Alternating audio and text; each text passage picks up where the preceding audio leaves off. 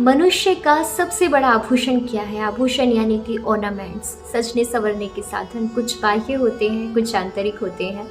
तो शास्त्र ने बड़ा सुंदर विवेचन दिया, नरस्य आभरणम रूपम, कि मनुष्य का जो आभूषण है वो उसका रूप है, क्योंकि अन्य प्राणियों की तुलना में मनुष्य अधिक रूपवान माना जाता है।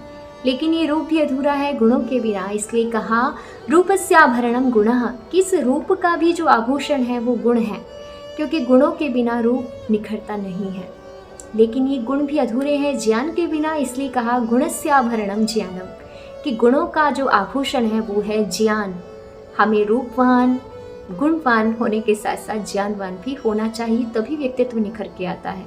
लेकिन आगे बहुत बड़ी बात कही कि ज्ञानस्य आभरणम क्षमा, कि ज्ञान का भी एक आभूषण है वो है क्षमा, क्योंकि जब मनुष्य के अंदर ज्ञान घटित होता है तभी उसके अंदर क्षमाशीलता आती है, सहन करने की शक्ति पैदा होती है, विनम्रता आती है।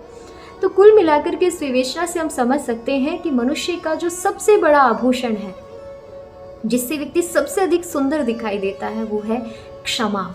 क्योंकि क्षमा तभी आती है जब गुण और ज्ञान अपने पूर्ण फल को प्राप्त करते हैं, यानी कि पूर्ण रूप से मनुष्य के जीवन में घटित हो जाते हैं। नमस्ते।